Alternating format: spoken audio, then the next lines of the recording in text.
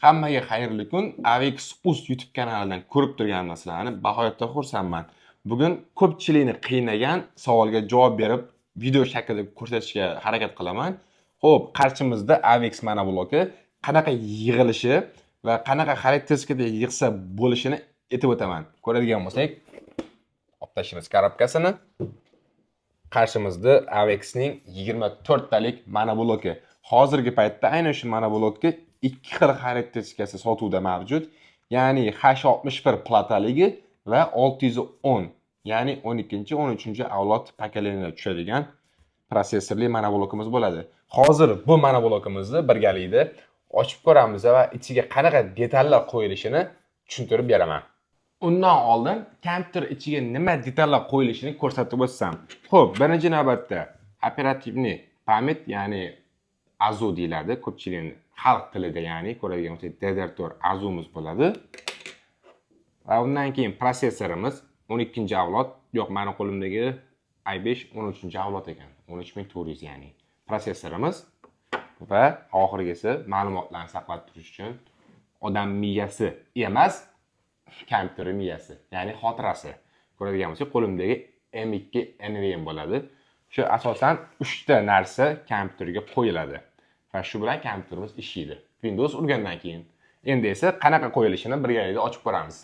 Monoblokimizning ekrani qirilib qolmasligi uchun tagiga gazeta qo'yamiz. Hozir. Gazeta emas, ko'rik. Oldin bu detallarimizni chetroq qo'yib turamiz va tagiga ko'rikchamizni sekingina yoyib olamiz. Ekranimiz qirilmasligi uchun. Qo'limdagi ko'rik 40-90 bo'ladi. Agar sizga ham xuddi shunaqa ko'riklar yoki boshqacha dizayndagi yoki boshqacha razmerdagi ko'riklar kerak bo'lsa, bemalol bizga alo qilsanglar, topib beramiz. Hal qilib beramiz muammolaringizni. Xo'p, mana blokka oldik. O'tkazib olamiz. Qulay qilib, orqasini ko'rib turgan edik. Ikkita boltchasi bor, ko'radigan bo'lsak. O'nana. Ko'rinmadi, bilaman.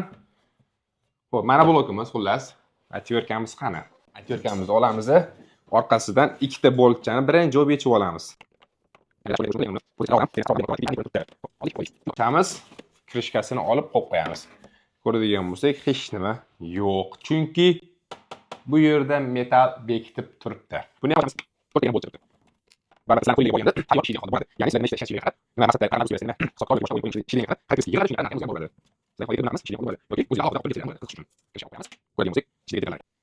Mana blokimizni orqa tarafini ham ochib oldik. Ko'radigan bo'lsak, unaqa qiyin narsa yo'q, to'g'ri, lekin birinchi ko'rayotgan odam uchun juda ham o'zgacha ko'rinishi mumkin, xuddi odamni ichini ochib qo'ygandek.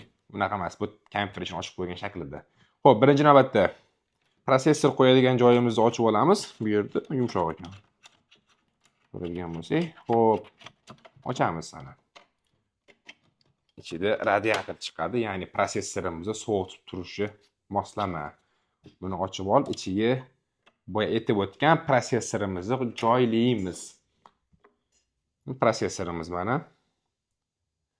Tishiga albatta to'g'rilab qo'ymasa tamom. Prosessorimizni qotiramiz. Xo'p, yonimda termopasta bo'lmaganligi uchun termopastasiz qo'yib turamiz. Termopasta обязательно bu joyga surilishi shart. Bo'lmasa qizib ketib, hattoki kuyish darajasigacha olib boradi. Radiatorimizni qo'yib oldik. Qotiramiz va qotirayotgan paytda albatta e'tiborli bo'lish kerak, zigzag shaklda qotirish kerak. Aks holda yaxlit holda qotirilmaydi. Ya'ni qiyshiqroq bo'lib qolishi mumkin. Xuddi mashinani diskasini ham alishtirganda zigzag shaklda qotiriladi. Bu ham xuddi shunaqa zigzag shaklda qotiriladi. Galma-galdan ko'radigan bo'lsak. Qotirildi va keyingi detalimiz operativga. AZU. Bu joyiga shunda tiqamiz, bo'ldi. Va eng oxirgisi xotiramiz. Windows urish uchun va kerakli o'zimizni narsalarni saqlash uchun. Aynan shu joyda M2 sloti bor. Joylanadi va bundan tashqari alohida SSD ham qo'ysa bo'ladi bu joyga aynan. Men prosta tezroq ishlash uchun aynan M2 tanlaganman hozirgi paytdagi, ya'ni hozirgi zamon talabi M2. Chunki SSD ga qaraganda skorost ancha baland. O, kichkina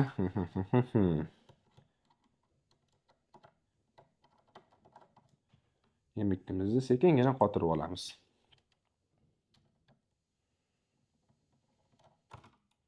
Qotirildi. Ko'radigan bo'lsak, shu bilan mana blokimiz tayyor. 5 daqiqa ham vaqt ketmaydi. Bemalol o'zingizlar ham alohida yig'ib olsanglar bo'ladi. Va orqa krishkasini yopamiz. 4 tagina bolt orqali.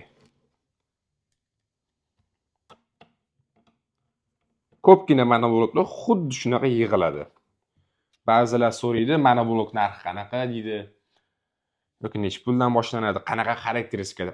Aynan bizdagi mana bloklar tayyor shunaqa yig'ilgan holda kelmaydi. Sizni nima ish qilishingizga qarab yig'iladi. Ya'ni budjetingizga qarab.